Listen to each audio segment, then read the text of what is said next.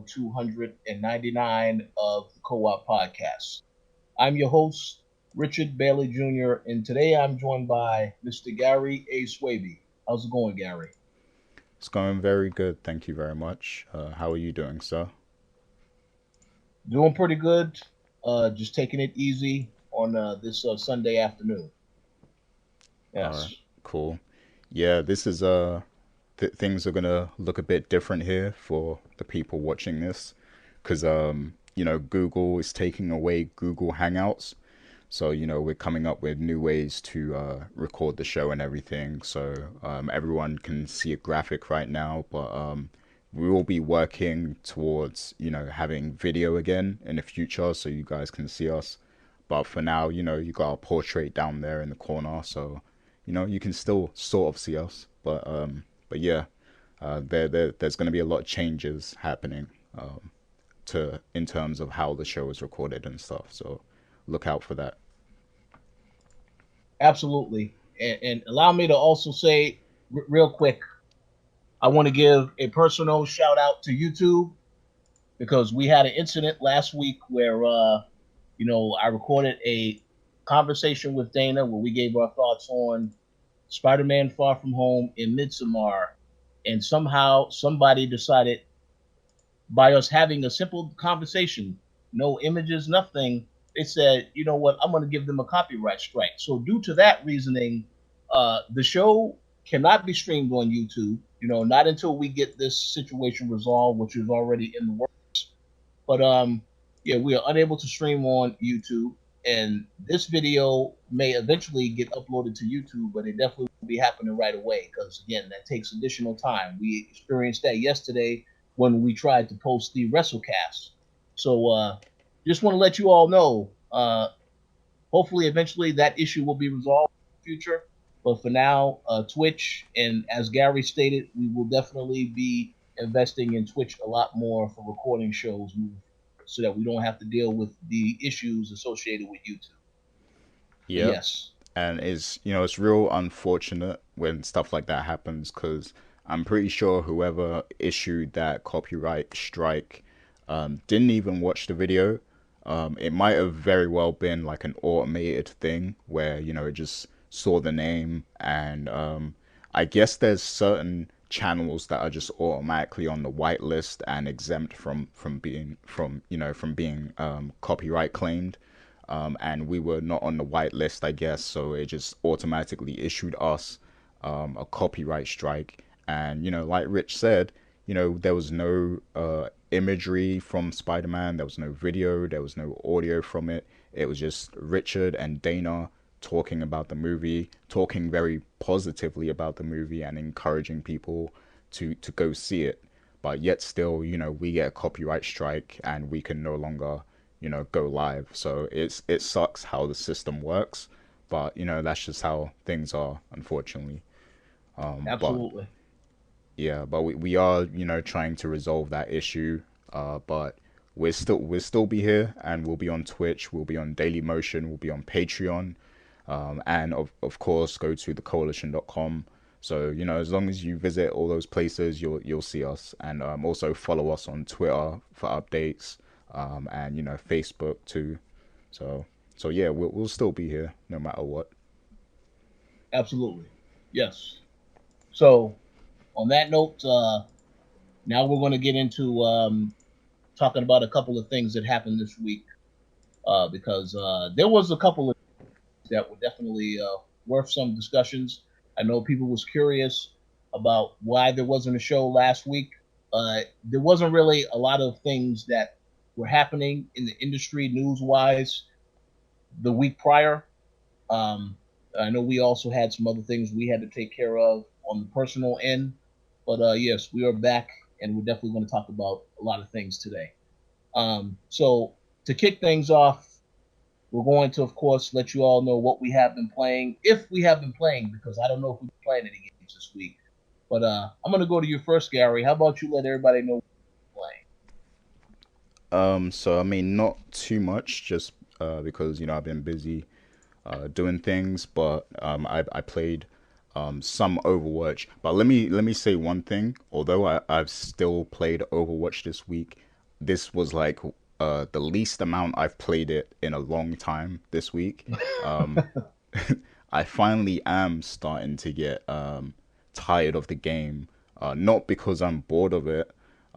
It's just because competitive mode has changed so much, and the attitudes of the players have changed so much. And I feel like nobody even tries to play the game properly anymore. Like people just run in and die, and they don't go, they don't follow any sort of strategy.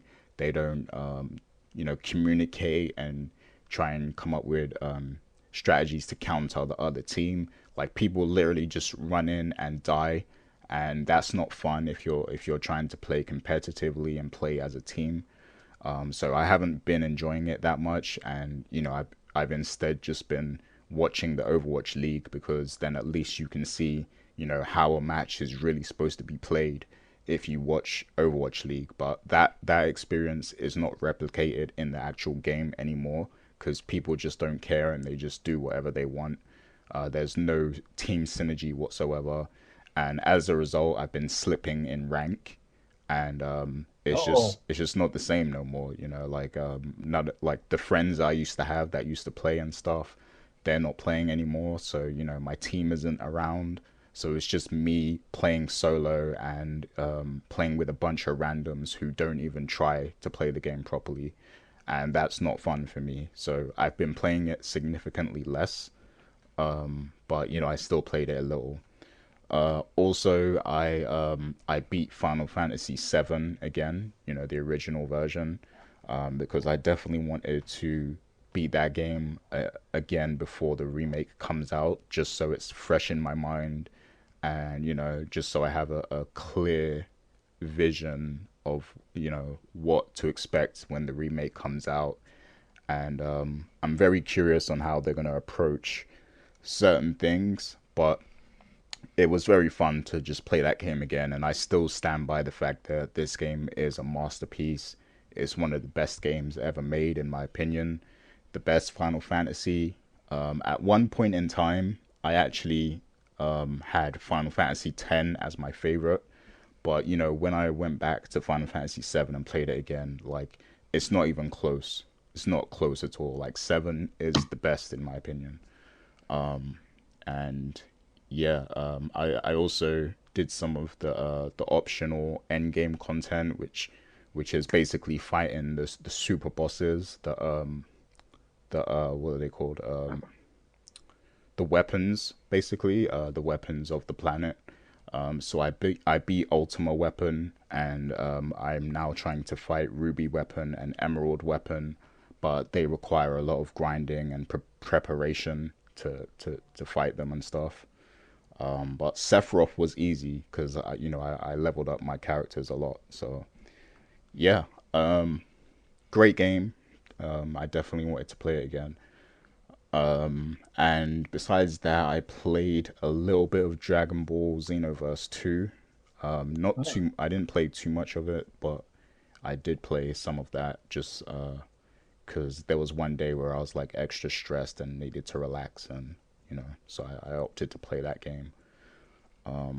But yeah, that's about it this week. Well, I will say this. Don't worry about Overwatch starting to get stale, because we know that Overwatch 2 is in development. I'm pretty sure that will be out sometime next gen. So by then, you'll definitely be ready to play Yeah, well, to be honest, I don't know if I want an Overwatch 2 because it's like I don't know how it's gonna work, to be honest, because this is an esport game, and there is actually an esport, for it. So if they make an Overwatch 2 and they change the mechanics, that means the professional players are gonna have to relearn the game. Like they're gonna have to relearn the new game, and that's gonna take a lot of time. And Overwatch League is already scheduled for next year.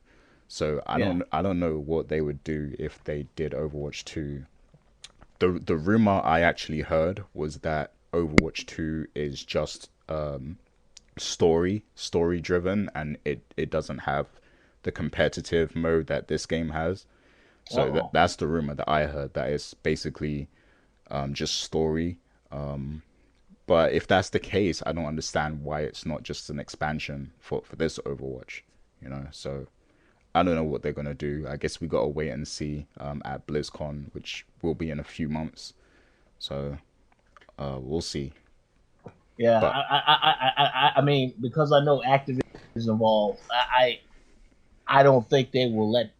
They definitely know they're gonna have to have more than that in that game. So we'll we'll certainly see whatever it is that they announce in regards to that in the next couple months. yeah, hopefully it won't be a mobile game, because you know how that's gonna turn out. Oh no, but now that you mentioned, I think that that is going to eventually come to mobile devices. I mean, Overwatch is not on Switch yet, right? So that definitely feel like that's going to happen at some point in time. They'll find a way to make that happen. Maybe a little bit downgraded in quality, but I feel like it's definitely going to come to the Switch and other devices as soon as they figure out the best ways to make it happen. Yeah, I could see that happening. I could see it coming to the Switch. Oh yeah, absolutely. So we'll see. Um, as for what I've been playing, I really haven't been playing much of anything. I spent some time in NBA 2K19 because there's been quite a bit of activity in NBA free agency, and I discovered that I started a new season. You know, obviously you have an option to change the roster, and I did discover that there have been people who have already been watching every single trade that has been happening in the NBA and has been updating the roster to reflect all of those changes. So I pretty much downloaded all of the 2K20 roster so far and was playing through the season to see how certain teams perform well now that they have all these different players on their team. So that has been a very interesting experience to see, my team, the Boston Celtics, a team that obviously lost Kyrie Irving in the regular season. I mean to say in the off season, this off season, still make the playoffs, but still also get destroyed by other teams. And of course, the Lakers, who of course has LeBron James and Anthony Davis, they also doing the NBA 2K19 simulation. They also made it far in the playoffs, but surprisingly, well, not really surprisingly, the Los Angeles Clippers are the team that won the NBA championship. And of course, now they have Kawhi Leonard and Paul George. So I thought that was very interesting that that was the team that, when I went through the simulation, won it all. So we'll see if that is how things actually play out next season. But it was just interesting to see how using the updated rosters, it did make things a little bit more different. And obviously with NBA 2K20 coming out in September, I mean everybody who's buying that game is buying that game for the updated rosters. Don't let the devs fool you into saying, "Oh, we made a ton of changes to gameplay." No, I mean some of the stuff feels mostly the same with every game that they release. They will make a few tweaks here and there, but for the most part, I'm not expecting any major changes. Of course, I want to see how they handle the story mode, the single player mode, whatever stuff they have, they decided to go with that. But other than that, yeah, I did get a chance to play that and get a chance to see how it felt playing as the Celtics, and I'm looking forward to 2K20. But I'm very curious to see what's going to be different from that game compared to 2K19. So I'll find out in a couple of months. Um, and aside from that, I also once again did go back to WWE 2K19 as well to again see some of the updates that people have made to the rosters. And of course, because AEW exists now, a lot of people are creating AEW wrestlers. And I find it funny how now, anytime that I go on, if I actually go into the library and I'm looking at the community creations, like the most amount of downloads are for the AEW wrestlers. So I found that very funny So obviously there are people that are enjoying some of the people that are in AEW. I know that they are not really considered real competition, even though Vince McMahon is definitely considering them competition. Um, but yeah, that was an interesting experience just to see that and get a chance to play. And again, the community creations for these games are. This is something. I mean, I don't know why 2K does not hire some of these people that create these wrestlers because they do a damn better job updating the game than 2K ever does for these WWE games. So hopefully they will consider doing that in the future. But I know they won't because they're all about that money and keeping as much money to themselves as possible. So it probably won't happen. But hey, it is what it is. But yeah, I mean, though that's pretty much the only two games that I've spent time with. I am aware that there are a ton of games coming out this month, towards the end of the month. But really, all of the games I want are coming out in August. So I'll definitely have more to say about the stuff that I've had a chance to play in the future on the show. Because yeah, again, we're in a bit of a slow period. I know the Marvel Ultimate Alliance is coming out next week, I believe. So maybe we'll have something to say about that on the next show. Who knows? But for now, it's a pretty slow season for gaming in terms of new releases. But that is going to change in August, so stay tuned for sure. So that concludes what we've been playing for this week. We're going to go ahead and we're going to jump right into the topics. So the first topic up is all about Marvel's Avengers. You know, we received news that at San Diego Comic Con there is going to be a panel for Marvel's Avengers, and pretty much Square Enix has confirmed that they are going to show gameplay at that panel, but it's only going to be for those who are attending.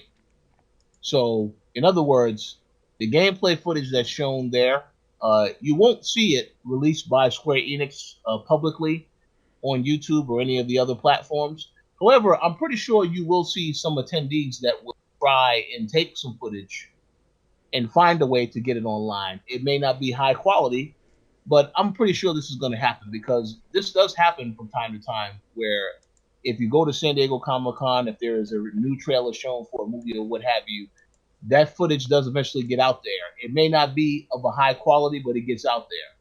So I will ask you first, Gary. What do you think about this news? And then I can share my thoughts on the gameplay because I have a pretty good idea of what the show at Comic Con based on what I saw at E3 back in June. Yeah, I feel like this is their way of making Comic Con feel very exclusive. Like they want the people who go there, the attendees, to feel like they got something exclusive that no one else will see. But this footage will drop eventually. I think it's just a matter of when. But I will say that they're taking far too long to show us, this gameplay footage. And from the outside looking in, it's like, are you guys even confident in your game or what? Like, because I feel like we should have seen this gameplay at E3 because a lot of people are starting to doubt the game and, feel like it's just a cash grab and that it's all hype and it's all smoke and mirrors and things like that. And obviously because there was so much criticism about the faces and everything, it's starting to feel like I'm seeing more negative comments about the game than positive at the moment. So I feel like they definitely do need to show some gameplay just to reassure people, who are interested in the game. But Comic Con is supposed to be a special thing, so I take it they just want to make sure that the people attending will feel special, that they saw something that others didn't. But I'm sure the footage they do show will either be the same or it will be a lot of what they showed you guys behind the scenes at E3. So it probably won't be fully exclusive, but obviously the whole world hasn't seen it. So that's my thoughts on it. So, oh yeah, so I pretty much agree with everything you had to say. As someone that has seen the footage, at E3, and a lot of our other colleagues have also seen this footage who were at E3. I mean, I think the game looks pretty good. Obviously, it's still rough around the edges, but from what I saw of the gameplay footage, yeah, I think a lot of people will be hyped for this game, and they will appreciate what they have seen.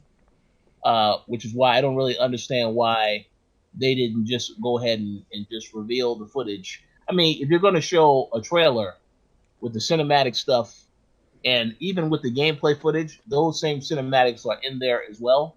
I don't understand why you just don't reveal full gameplay footage now, because obviously this game is not, it comes out next May. That's going to be before E3 2020.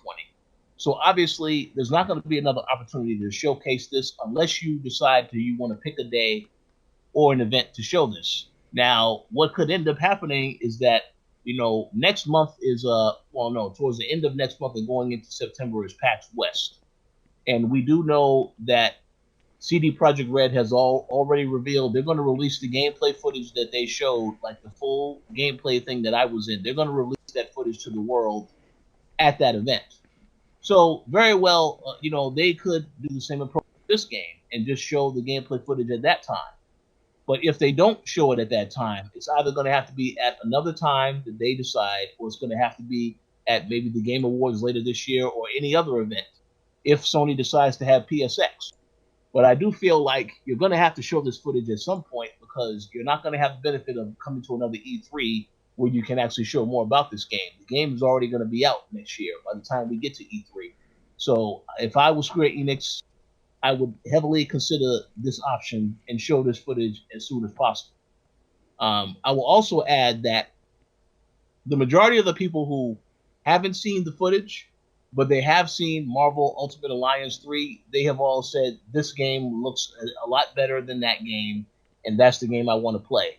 That is something that if I was Square Enix, I do not want fans to say because obviously you want people to get hyped for your game. So hopefully, whoever is in charge over there, they do decide, okay, we are going to reveal this footage. And they'll just do it and reveal it to everybody because as you said, the footage that is going to be shown at that Comic Con panel, eventually it will get out before ahead of time. Even if Marvel, they ban the channel or whatever that releases footage, it's still going to get out there before it's supposed to get out there. So I don't really don't understand what the secrecy is about. I understand giving the attendees something because they have to wait in long lines to see this stuff. But I mean, at the end of the day, all of this footage is going to get released anyway. So I really don't understand what's so special. Now, what they could have done at Comic Con is reveal certain details about this game that they didn't reveal. That is totally under, a heavy, a heavy strict policy that they can't talk about it. But obviously, they're not going to do that. So I just don't know how they're going to approach this. But if I was Square Enix and Marvel, I would just release the footage. I don't really know what you have to hide now at this point. You can give the others at that Comic Con panel something extra. I wouldn't be able to tell you what that is, but they should consider that. I would say, but they're gonna do what they're gonna do. So I'm gonna let them continue to do whatever they want to do. Yeah, indeed. Maybe they could give them something a little extra by revealing a special character or something that you know that people don't know is in the game yet. But like you said, as soon as they announce anything or show anything, it's gonna be on the internet anyway. Like people are gonna see it, people are gonna know about it. So there's only so much secrecy you can create at an event like this.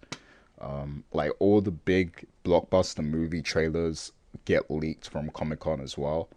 Yep. I remember the whole Batman vs Superman trailer, like the first trailer or whatever that they showed. That was online straight away, So I mean, people are gonna see it regardless. But I feel like they should just drop it. They should drop it like the day after Comic Con or something. Like they should just release it online so people can see it because people are gonna find a way to see it anyway. And it's about time we get that footage. I agree. I agree 100%. It is about time we get it. So we'll see what happens. Um, eventually they will do it, but we'll see about that. Um, but what I can say again of the footage, yeah, the game looks good. Um, I'm looking forward to it. As I said, it still looked rough around the edges, but so it still needs some polish, still needs some refining. But I mean, overall, I'm looking forward to the game. I want to learn more, and I need to see more. So hopefully they will show us more in the future. Yeah. So any other thoughts on this topic before we move on to the next? Um, uh, Not really, no. But do you?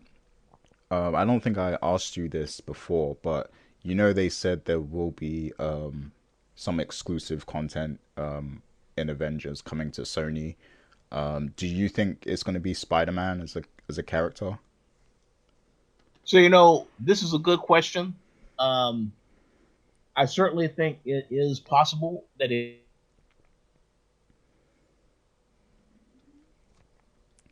Whoa, Rich,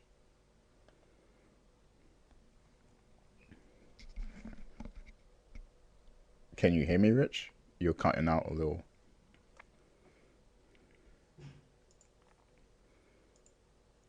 Hello, hello, hello. Testing, testing. Technical difficulty.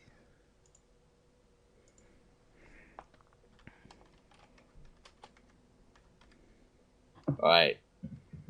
Oh, there you are. I Am I can hear still you. here? I hear you now. Wow. So I guess Discord having some issues. So you can still hear me. Yeah, I hear you right now. Okay, I But don't know what happened there because I didn't move or anything. It just I don't know what happened. I will say that when we did WrestleCast, there was a bit of an issue, but yeah, we're gonna have to figure this out. oh, All right. So to answer the question, um, you see, the Spider-Man thing is interesting because you have played Spider-Man PS4. Obviously, the city in New York City it has other locations that other Avengers characters are tied to. So I definitely feel like if they do have some deal with Sony, we could see Spider-Man brought into this. I don't really know how you would introduce that, and if this is going to be something where it's like a he plays a small role because I feel like if you have Spider-Man in this, uh, the people who are Spider-Man fans, they will obviously make it a priority to get this game on PS4, and they may not see any incentive of getting it on any of the other consoles. So I don't really know what to what extent Spider-Man would be involved if he is in it, but I definitely do think it's possible if that Sony deal is on the table because we already know that Sony, as we discussed on this show, a couple weeks ago with PS5, they want to focus more on doing more exclusive third-party content as well as just more exclusive content in general. So they definitely could do a deal where they have Spider-Man appear in this game, and they are totally they totally have the money to do that. So I can see that happening. But will it happen? We'll have to wait and see. But certainly it can happen. Um, here's a question for you though. what's that? Um, the villain that they introduced in that gameplay footage is Taskmaster, right? Taskmaster was in the Spider-Man game. Oh, he was. Yes, as a DLC. When they had like a little challenge, like one of those, like they have those challenge maps, the bonus content. He was one of the characters that you did have an encounter with a couple of times. So they 100% they can definitely do something with Spider-Man in this. It depends if they want to go down that path. Yeah, I think business wise, it does make sense to introduce him just because, the movies and everything, like now Spider Man is intertwined with the Avenger movies and everything like that. And of course, you got the Spider Man game on the PlayStation and the Sony deal and everything with Marvel. Yeah. So I think it just makes sense for that to be, the bonus content on PS5, and that if that's really what it is, that's a major deal because it's definitely gonna make everyone who's playing on Xbox or PC or whatever to feel like they're missing out because Spider-Man is a big deal. Like he's popular now, Oh yeah. so people are A- gonna feel like they're missing out, and they'll definitely try and get the PlayStation version. Oh, definitely. Um, so I'm curious to see if that is the path that they're going to go down, because they certainly can, based on the track record, based on the history, based on the deal. Um, but yeah, I will say that if they do that, that will definitely make a lot of fans more forgiving of the fact that they have not seen our other friend Clint, aka Hawkeye, because that is the only character, and that was a complaint during E3 when they saw that video Avengers. Where the hell was Hawkeye at? So I think people will definitely forget about that character if you have Spider-Man in there to some extent. Oh Yeah, yeah, absolutely. So we'll see. But yeah, that game is not coming out for like another couple months. So I guess there's still a lot more to learn. Hopefully, we will learn more details in the next couple of months. indeed. So let's move on to the next topic. And this is a topic where I have to admit, well, now we do have a colleague that has purchased this game. He was in the Kickstarter campaign. One of our very good friends or colleagues, Remise, he apparently was not bothered by this. But let's address this. Basically, we've heard that Shenmue 3 news this week. All the people that backed the game on Kickstarter won't be getting access to the season pass. So, in other words, if anybody who purchased this, on Kickstarter early, if they are interested in the season pass content, they're going to have to buy that separately. So, I wanted to ask you, Gary, do you think this is fair for the people that have been invested in this game since it was announced, or do you think no, that it is that they definitely should pay more if they want to get the season pass content? So yeah, it's the season pass and the pre-order bonus content. Uh oh. And the thing is, if you're backing the game, that's that's basically a pre-order and more. Like that's more powerful than a pre-order in my opinion, because you're funding the game, So you should automatically have access to all this. Like in my opinion, if you're backing the game's creation, you should have the game and all of the content, even if there's two season passes, you should have all of that content included because you're one of the people that made it happen at the end of the day. Now, you could set it to a certain threshold, so only people who paid $60 or more or whatever the different price tiers were, only these people will get all of the bonus content included or whatever. But I feel like, yeah, if you backed the game, at the right tier, you should have all of this content. There's no reason why you shouldn't. And it's all digital content, so it's not like it's not easy to give these people the content. Like it's just it's a few lines of code and you can unlock it for these people. Like, or you can give them a voucher to unlock it themselves or whatever. Like there's a lot of ways they can do this. There's no reason for these people not to have this bonus content. Like you're basically saying you want to continue to milk these people as customers even though they helped you fund the game. And I think that's a disgrace in my opinion. And shouts to Ramiz. I know if I was back in this game, I would be pretty pissed, to be honest, to know that I wouldn't be getting that bonus content.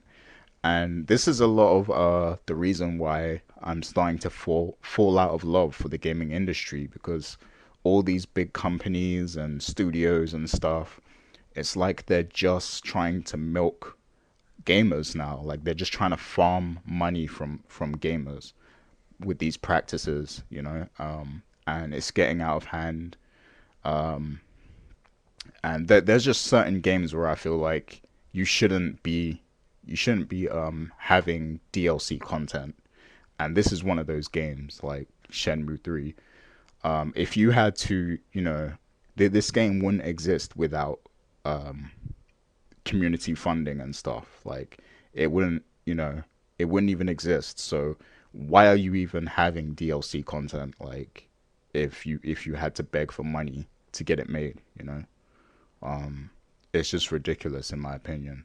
And why is it DLC? Why can't it just be in the game itself? Like you're clearly just wanting to milk people before you even give them a quality experience. Because that's another thing. We don't even know how this game is going to turn out. It could be it could be buggy as hell. It could be broken. Like we don't even know it's going to be a good game. You know, like at least put this game out, and then if there's if there's a Shenmue 4, then you can go crazy with that one. You know, if a lot of people love Shenmue 3 and it's well received, you can go crazy with Shenmue 4 and do all the DLC or whatever, because clearly the fan base will want more content. But with this, with Shenmue 3, we don't know how it's going to be. Like it could be completely broken. It might not, you know, it might not be what people expected it to be. So I feel like it's completely wrong to ask people for more and more money, you know, for extra content and things like that. I think everything should just be in one purchase, especially for the people who backed the game. So that's my thoughts on it. No, I absolutely agree with everything you had to say. Now, as you stated, if there was a tiered system on Kickstarter, which we know there is, and you paid a certain amount of money to get the game, like you paid the top dollar amount, then I think you at least 100% you should at least be getting all of the pre-order content. I understand that they don't want to give it access to everybody, but I just think it's absolutely ridiculous that it's not there. Now, obviously, there are some people like your boy, like our boy Rabis, that does not care about the pre-order bonus. Um, so maybe that content won't be important, but I just think based on the principle alone, that the game would not be, it wouldn't have been created without the people who actually backed it. So I kind of feel like that's something that they definitely, the devs should work alongside the publisher to at least make sure that people are going to get access to this. Um, just my personal opinion, but I guess that at the end of the day, I guess the majority of people are just concerned about how this game is actually going to turn out. Now, obviously, it's been delayed multiple times. It is supposedly coming out this year. You know, supposedly we have to wait to see if it actually hits that release date. But What is the new release date again? I think it's coming out in November. Okay. I believe it's coming out in November. I mean, don't quote me on that. All I know is that they said it's coming out this year. So I'm gonna wait to see if that actually happens. Um, and then we'll debate it and see from there. But I do think the people who actually back the game, they should get access to all of the content, because as you said, if it wasn't for them backing the game, putting money toward the game wouldn't be created in the first place. So it's unfortunate that as of right now, as it stands, that this is a situation that people are going to have to deal with. But hopefully, the devs and the publisher are going to take better action to make sure that they try to accommodate those that actually put their hard-earned money into this game. Um, but we'll see what happens. As for the quality of the game, um, the last gameplay video I saw, I mean, it looked okay. I don't really know how the game looks now because we haven't really seen any recent footage of it, any recent gameplay yet. So, but hopefully for their sake, it turns out good, because a lot of people will be disappointed. They already was mad that it got delayed and they have to wait for it to release. So hopefully, when it actually releases, it actually is meets everybody's expectation. but we'll see what happens. Yeah, low key, there's already been three strikes against this game. Like Uh-oh. three pretty big red flags already. Like, so number one, it got delayed. Delayed again, I should say. And number two, there was the whole, the fact that it's no longer releasing on Steam day one, because they now got, and this is the thing too, they got extra funding from Epic Games so that they can make it exclusive to the Epic Game Store. So they got more money, and that's another reason why they should be giving the pre-order DLC to the backers for free.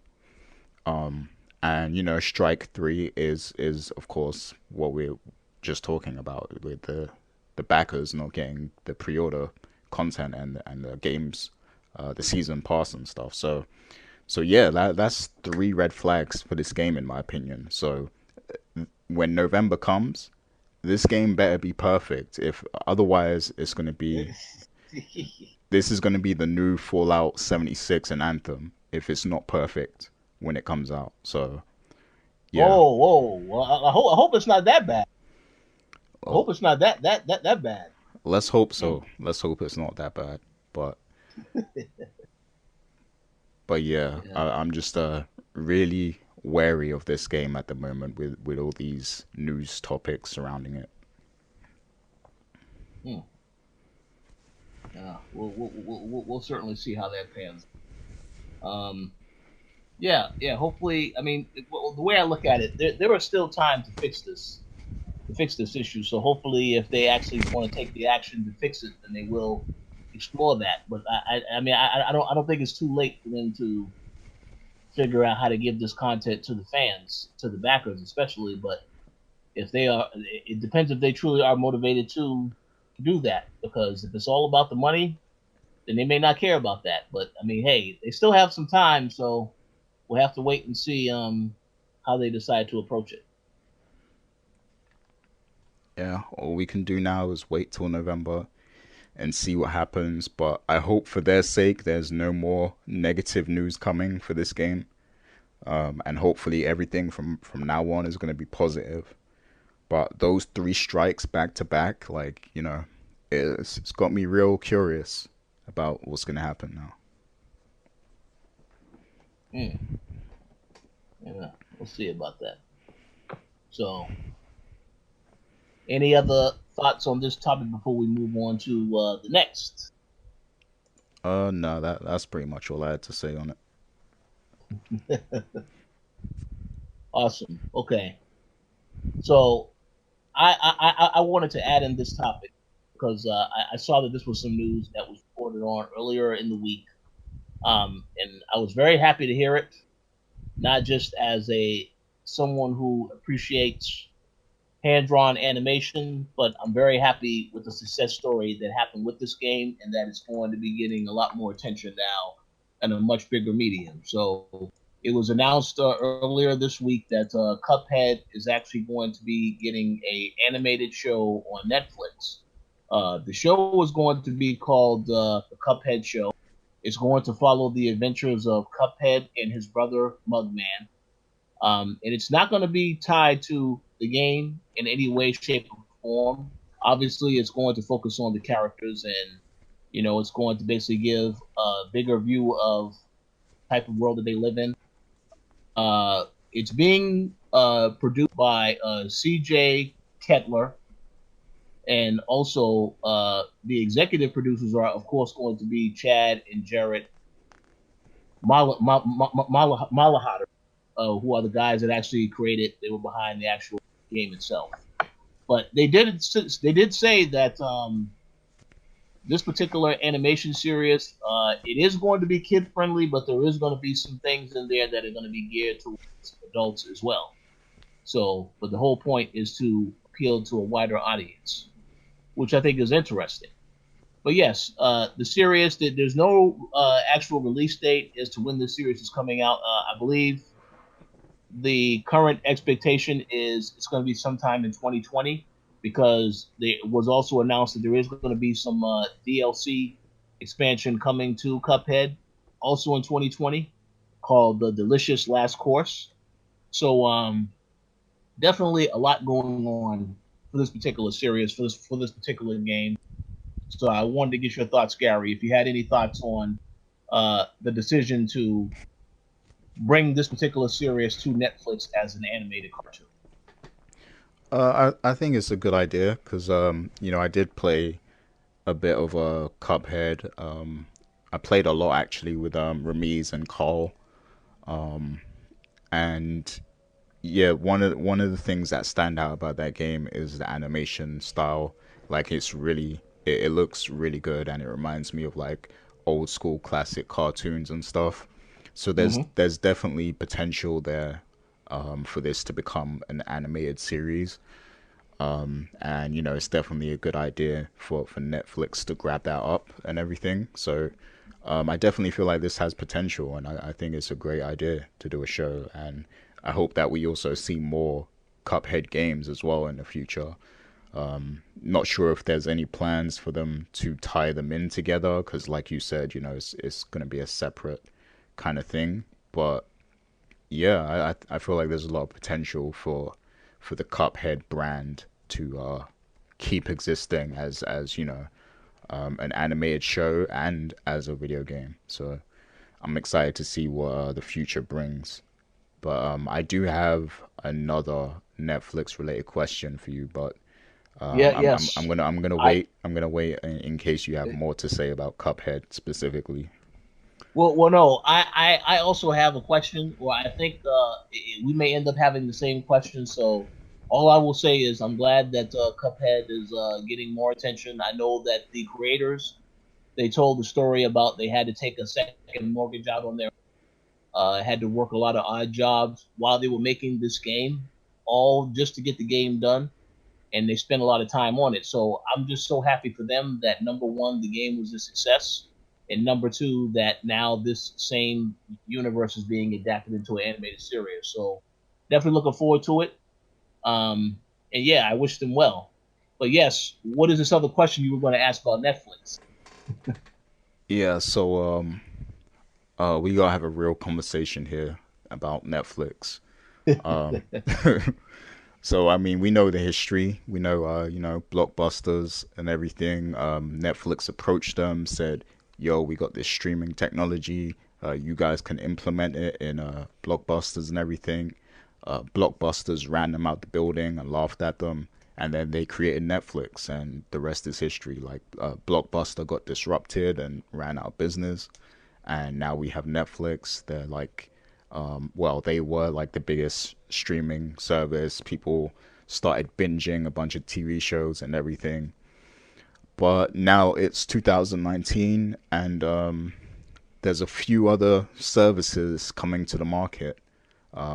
And you know, there's talks of this Warner deal, this Warner service that's coming that's going to have HBO and you know, a bunch of other stuff in it. I think HBO, Warner Brothers, DC stuff, CW or whatever. Like, it's going to be a bunch of stuff basically in one service.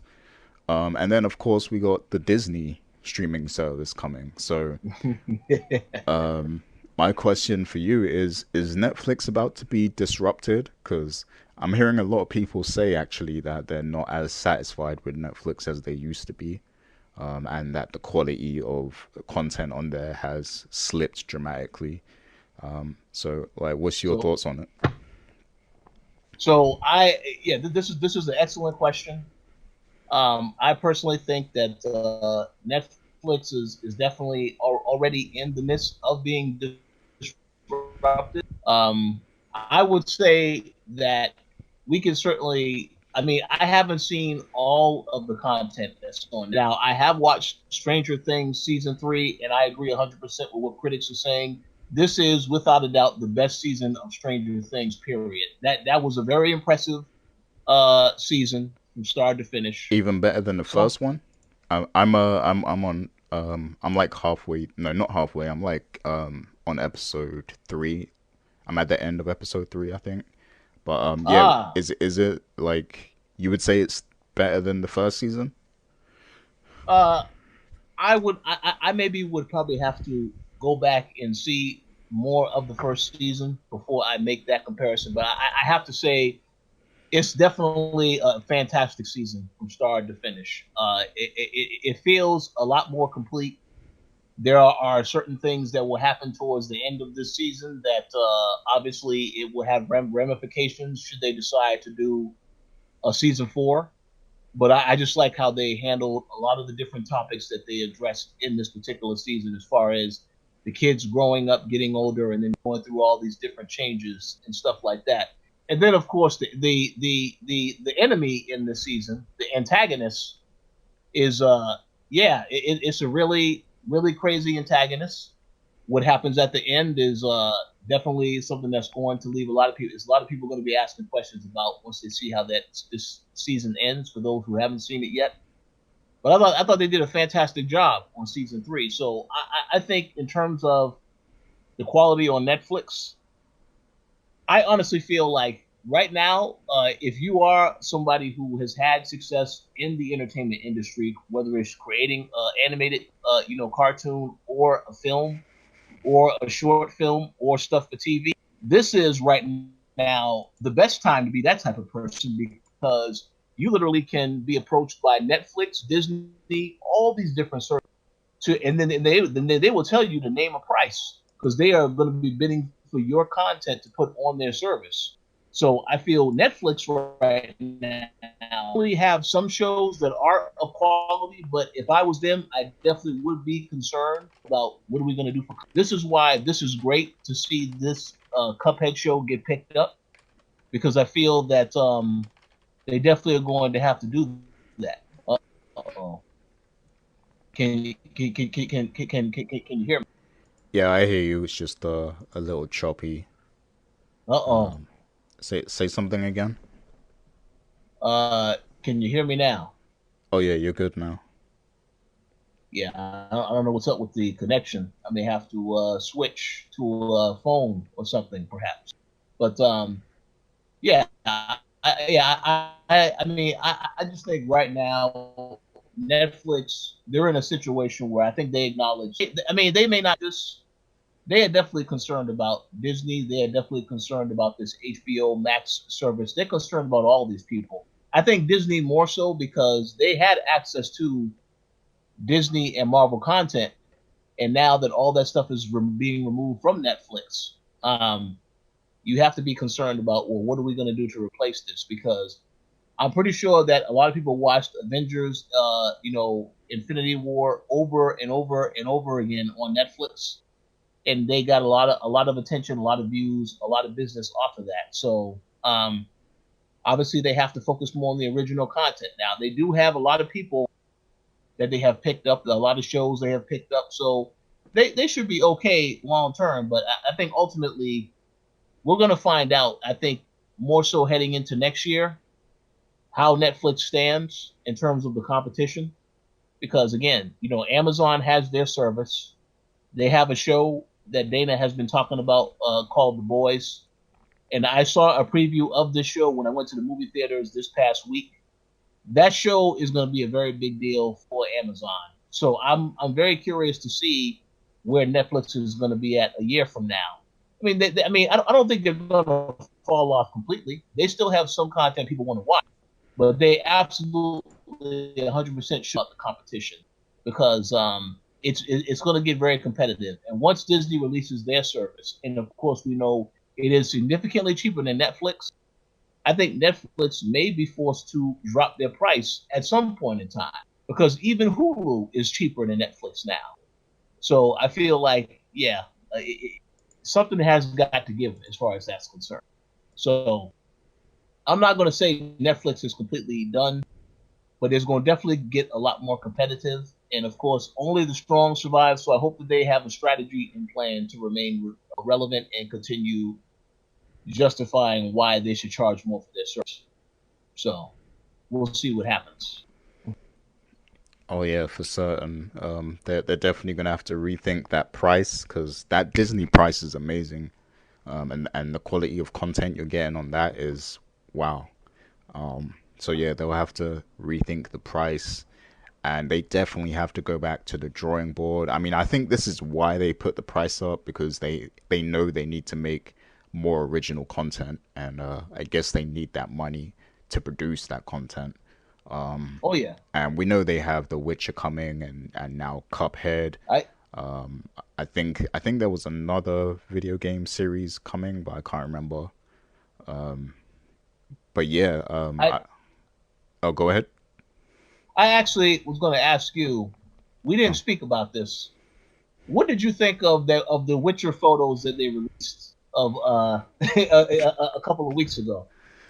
oh man, I'm just not a fan of Henry Cavill as as as Geralt. I mean, he's a cool actor and everything, but I don't know. He like whenever I see him as Geralt, I just think he's Superman. Like I don't see him as Geralt. Like I just see him as Henry Cavill in like a wig or something.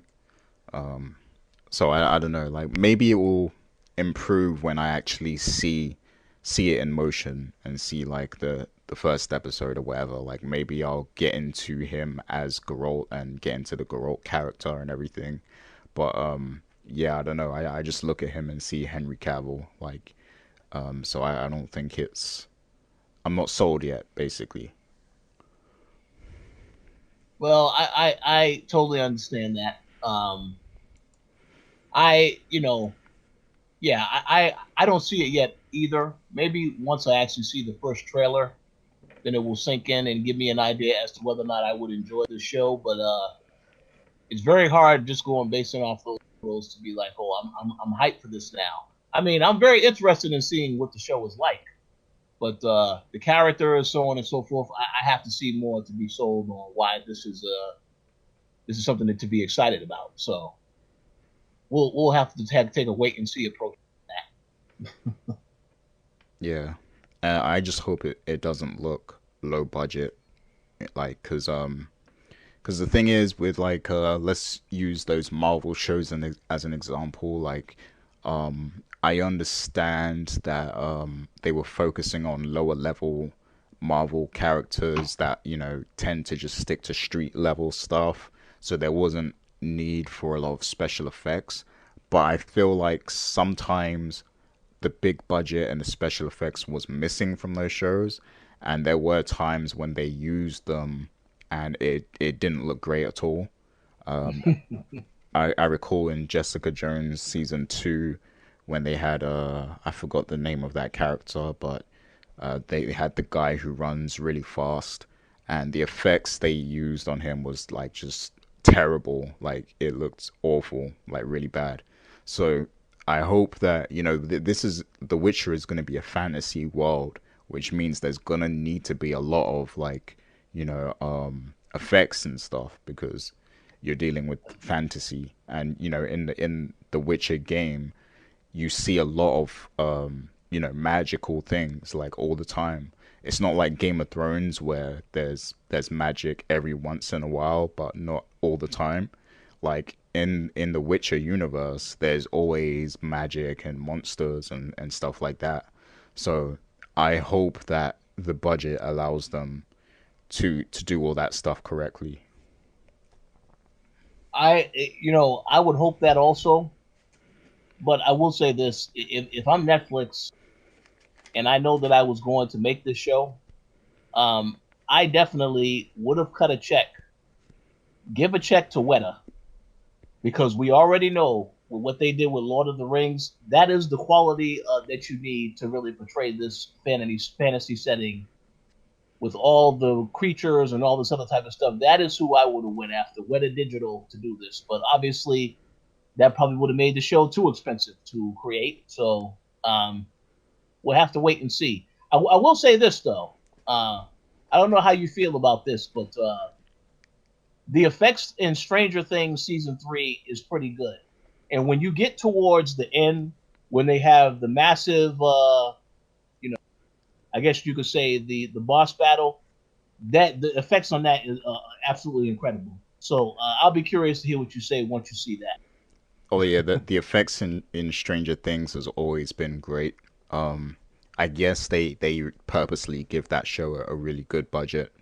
Yeah, I feel like they're not gonna do that for The Witcher though, because I feel like in in general with a lot of like film creators and TV series producers and stuff, I think they look at video games as like second rate, and usually they don't give it the budget it deserves, kind of thing, because some of them expect it to fail, and that mentality alone just kills it from the start. yeah.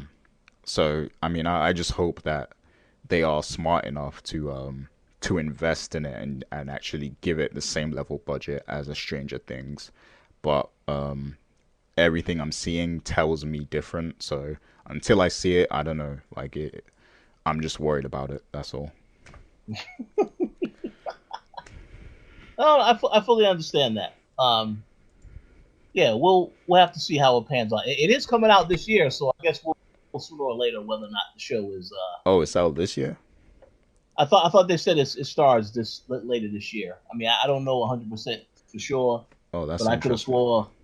Yeah, I could have swore because originally it was going to start in 2020, but I think they did something to at least make it start this year. I have to double check that, so I will check that as we continue to talk. But we'll see about that. All right. Well, when that drops, I'm definitely gonna review that show, whether it's good or bad.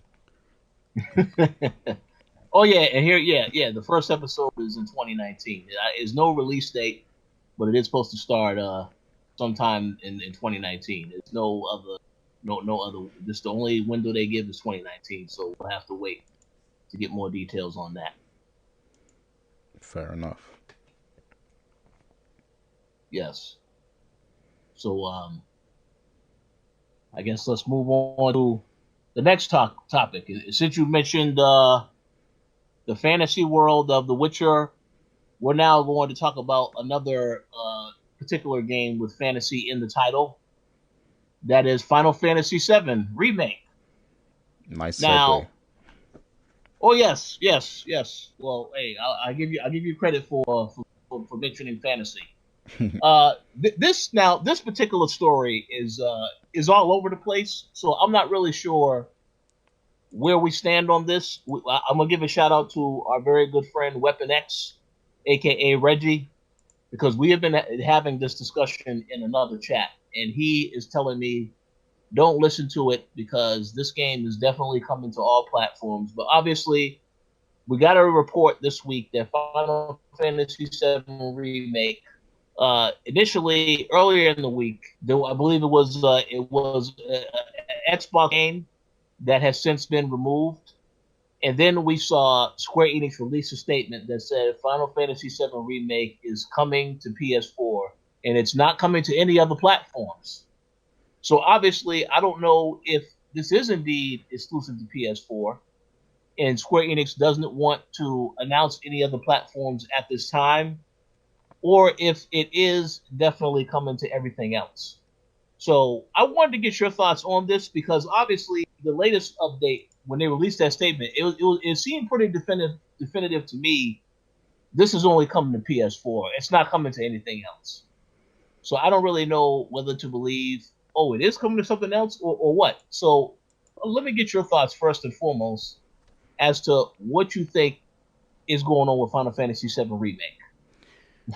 Yeah. So it's obviously it's very confusing. So let me just go down the timeline real quick. So when the game was first announced in 2015, it was announced at the Sony press conference, and after the initial announcement, it seems to be it seems like they were basically stating that it would be timed exclusive and that there's a possibility of it coming to other platforms, but it's timed exclusive for PlayStation.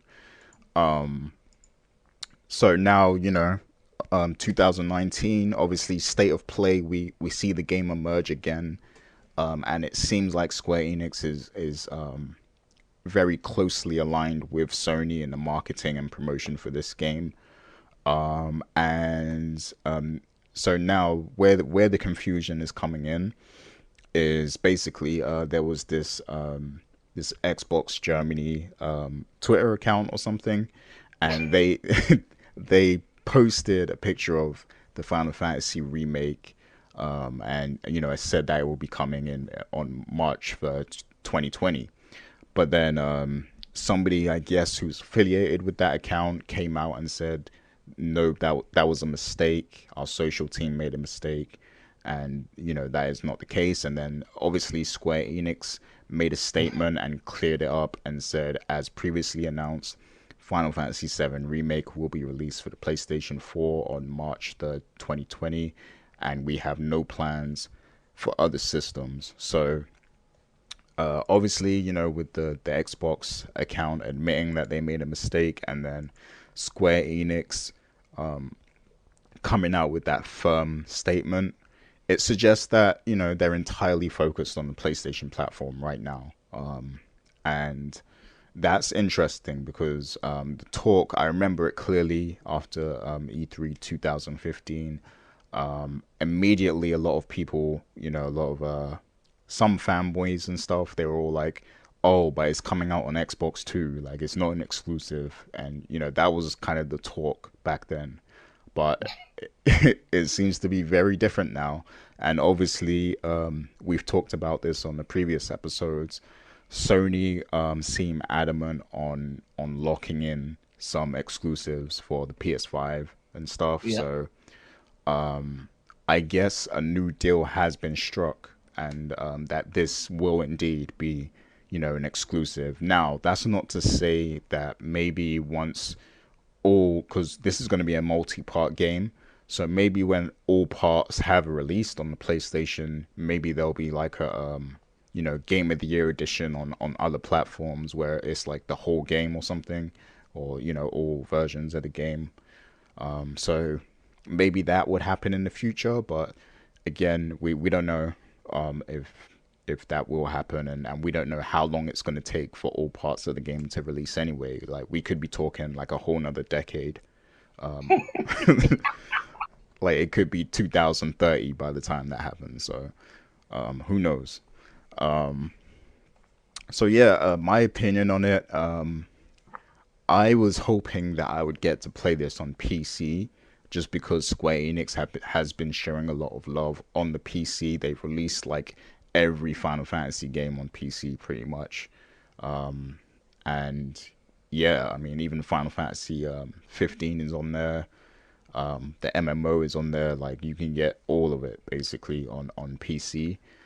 But it seems like the only way I'll be able to experience this at the moment is on PlayStation. So I did make a few tweets this week to confirm that, Yep. I will be back on the PlayStation platform thanks to Square Enix. All it took was for them to bring me back. So when this when this game comes out, I will come back to the PlayStation. So a year from now, I'll be back. So yeah, I mean, it's smart on Sony's end to lock this game in. I think it's definitely smart business. And the game itself is kind of synonymous with the PlayStation, because this was one of the standout games on the original PlayStation. The original Final Fantasy VII. So it makes sense historically, and I feel like it's a good move for Sony business wise. Even though I did want to play it on another platform, I think this is good business for them because it's going to ensure that people will stick with the PlayStation brand, so that they can play this game. Now, obviously, this comes out on the PS4. A lot of people already have PS4, but I feel like you're going to need to have a PS5 to continue the entire story. So Yeah. it's good business from Sony because they're gonna make sure that people do buy the PS5 because they're gonna want to play the rest of this series. So That's a yeah, very good point. Um, yeah, I mean, I the thing is, yes, it's an excellent business strategy for Sony to do this. And I did mention when this news broke and we was talking in the other chat. I think this is a very big deal because of what Sony said they were going to do with PS5. to make a better effort to get stuff more exclusive to their console. So this definitely will give the impression to somebody that, well, if I want to play this game day one, I need to have a PS4. And obviously, as you said, the other episodes will more than likely also take some time to finish. So anyone that plays on PS4 will want to continue the game will have to get a PS5 perhaps. I mean, or if the game when it does come out, it still also want to be compatible with PS4. I don't really know how that whole situation. But what I do know is it is a good business strategy for Square Enix and Sony. Um, but as you said, I'm about 100% certain this game will eventually come to Xbox as well and PC because there's another game that Square Enix released a few years ago. One game that I very very much enjoyed called Nier Automata, and when that game released, it was only on PS4 and PC, but eventually it came to Xbox. Oh yeah. So I'm pretty sure that this game will eventually also come to Xbox. It's going to be one of those timed exclusive deals where it's going to take a while to actually come out. But if you want to play this right now, like right now, as soon as it drops, then you got to get it on PS4. It's a smart strategy. Microsoft has done this strategy before. They did it with Tomb Raider all those years ago. So yeah, this is probably definitely going to happen. But yeah, because we already know Square Enix is a company like any other company that loves money. I really heavily doubt they're only going to want to release this on one platform and then not release it on another platform later, especially when they know people are going to go out and buy this game. There's no way in hell they're not going to want to get more money by having it on a platform. So eventually, it definitely coming to us in PC, but not coming in March. It's going to be further down the road, as you said. Um, but yeah, a great strategy, though, I have to say, business wise. Yeah, for sure. And I'm interested to see, what other deals Sony lock in, because seems like they're about to be on a rampage in terms of locking in exclusives. So Oh yeah, pretty sure. Yeah, you'll see all their regular exclusives like Spider-Man game, Horizon Zero Dawn 2, whatever they do with Uncharted, if they decide to make another Uncharted game. Of course, another God of War. But yeah, the third-party deals, I'm very interested to see what exactly they can do. I'm pretty sure the Yakuza series will continue, um, and the list goes on. So this is definitely the start of that. Um, I don't think people should overlook it when they said, "Oh yeah, timed exclusive," and they had released that statement. Yeah, I think this is the start of them getting content exclusive to PS4. So we'll see what happens. Um, but yeah, looking forward to it. I'm So, I'm definitely looking forward to it. oh yeah, so I'm pretty sure. Yeah, I'll be curious to see how people respond to you now. The ones that said, "Oh, you said you're going to get rid of the PlayStation," you didn't get no responses yet from that, have you? Nah, I think people are sick of me by now. Like, Yeah, but they when they see get it play it now for this. Maybe they'll be fans again. Maybe they will follow you again instead of unfollow on Twitter and yeah, banning you but and all this. maybe I can get unblocked now by that one guy. I hope so. We'll see. We'll see. All right. So with that said, let's now move on to the final topic for today. I think this is obviously the biggest news this week is that Nintendo announced that they are going to be releasing the Nintendo Switch Lite, which is going to be a portable only Nintendo Switch console. It is set to launch in September, and it's only going to cost $200.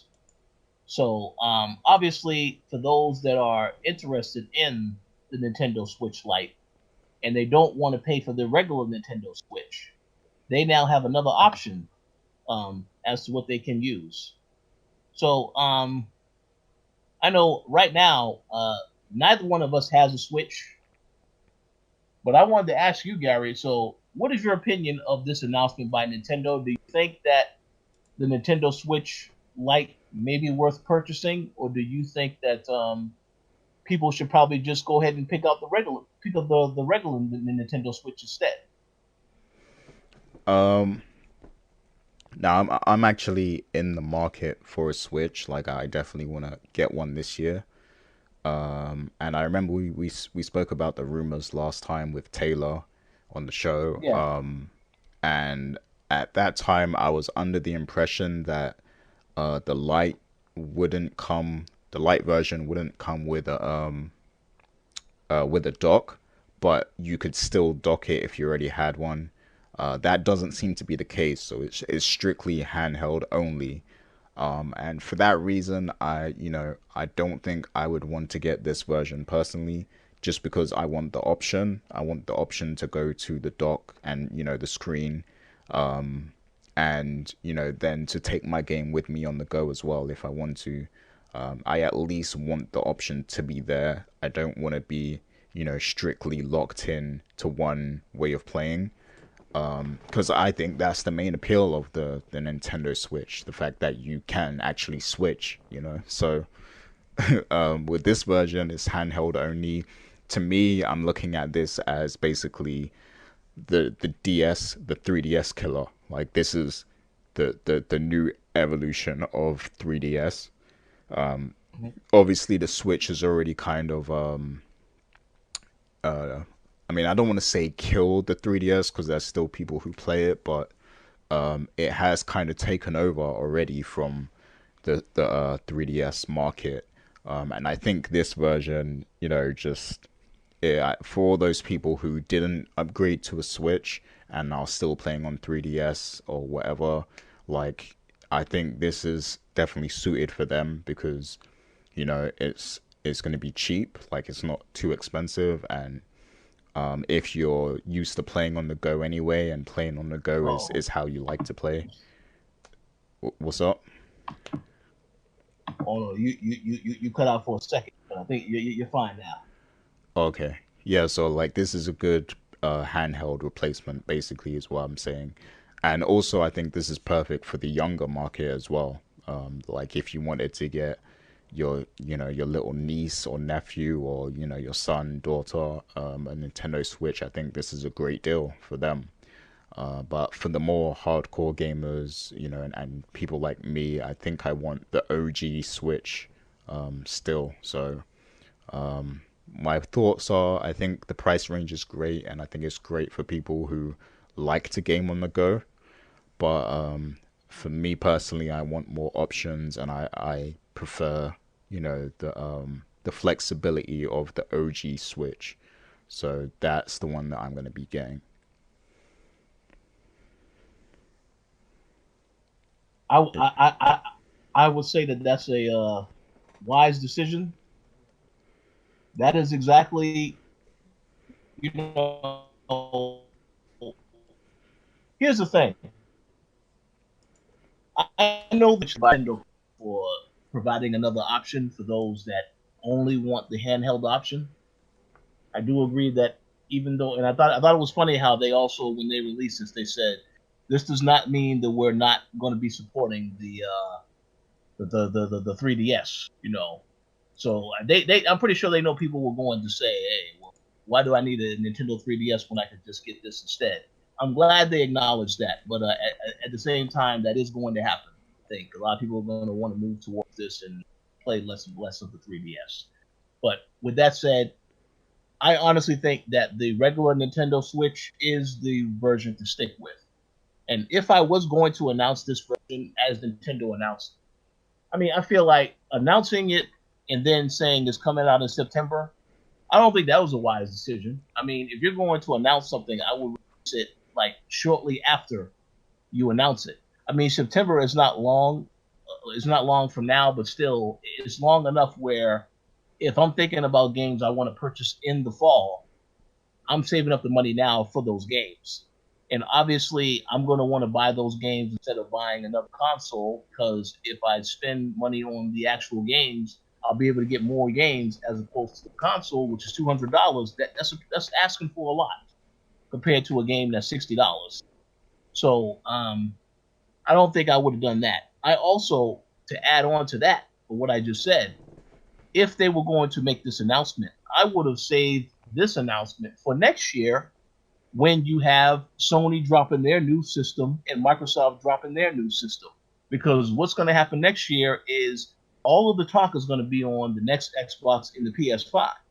And then when it comes to the Nintendo Switch, I mean, I would because again, when all the new hardware is going to be out next year, I would think that would be when you would want to announce what this particular Nintendo console. You don't need to announce a new Nintendo, but release the Switch at a time when hardware is going to be hot. So then people will have to make a decision as to whether or not they're going to want to get this. So by them deciding to announce it early, I mean, it's still going to be successful. People are still buying the Nintendo Switch, but I would have waited to announce this next year when there's going to be a lot more competition. Now, I hope, like I said, hopefully Nintendo has a lot of big games dropping in 2020, software wise, to compete with whatever Microsoft and Sony are going to be doing on their platforms. But yeah, I just I would have held off on this announcement, and at least if I was going to make the announcement, I would say, okay, the system is out like next week or the week after next. But September, that's still a little ways away from now, so I wouldn't have announced it yet. I would have waited, but that's just my opinion. Yeah, and also like you're gonna a lot of people will probably hold off of buying an OG Switch now because they know a cheaper version of the Oh console yeah, is coming in September. So they might have stopped some sales like from happening by announcing it so early. that's true, and that's not really a good thing because they have the Fire Emblem game is out this month, as well as Marvel Ultimate Alliance. So I definitely would not have announced it now because I heard that Fire Emblem game is like an 80-hour game. Um, and of course, like I said, Marvel Ultimate Alliance is out in a couple of days. So I don't. For those that want to play those games, they're not going to wait. For those that want to play those games now, I think they may consider if they depending on how bad they want to play it, they may go and buy it now. But for those that have an option of waiting, yeah, you're right. You're absolutely right. They will wait to get the cheaper version at $200 in September. And yeah, you definitely missed out on some sales by announcing that. But I guess the Switch is doing so well, Nintendo might not. This might not even affect them that negative. Because the Switch is still. I mean, every time we look at the NPD, Nintendo Switch games are in that lineup every single time. So, for at least for now, they seem to be in a good position. But I definitely would have waited to make this announcement if I was them. Yeah, yeah, that's a fact. But I'll be interested to see what the sales are like for this. Like, I want to know how much it's gonna sell in comparison to how much the Switch sells that same month, like the OG Switch. Because I want to know like how many people actually want this version of the console. And I would also like to know the percentage of people buying an additional one, like because I'm sure there's going to be a lot of Switch owners buying this version as well, either for someone else in their household or I don't know, maybe even for themselves. Who knows? But yeah, it's going to be interesting to see what it does sales wise. Oh yeah, absolutely, absolutely. Um, we'll see. But with that said, any other topic, anything else you want to say on the Switch or any other topics before we get ready to wrap up? That's pretty much all I had to say. No. Cool. Yeah. So with all that said, that does conclude our show for this week. Um, Now, obviously, next week is the next show will be our big 300th episode, so we're going to definitely have a couple of things to think about. We may have some other guests on as well for that episode. But in the meantime, we definitely want to thank you all for your continued support. I would like to give a shout out to everybody. Dana and I will be recording another show in pretty soon, so stay tuned for that. But yeah, thank you all for listening to this week's show. Shout out to all the people who had a chance to watch. If you were unable to watch live, as I mentioned earlier, we do have issues with YouTube at the moment, but the show will be coming back to YouTube at some point. But we have to wait until that issue gets resolved. Thank you for your continued support. And Gary, the floor is now yours for shout outs. Yep, so I want to give a special thanks to some people who have been consistent supporters, Patreon backers and everything. So M. Collins, Mauricio Aguilar, Himdil, Fergus Mills, Miguel, Antonio Rogers, and Sean Gority. I believe Sean Gority actually won our Marvel Ultimate Alliance giveaway, so big shouts to him also, and congrats. That's correct. And yes, congrats. Yeah. And just, big shouts to all of our supporters out there, Wesley, and, everyone who's been a consistent supporter over the past few years. And shouts to the staff also, and the Throwdown crew. Absolutely. So, thank you all for checking out today's show. Hope that you all have a great week ahead, and we will talk to you all next weekend. Peace.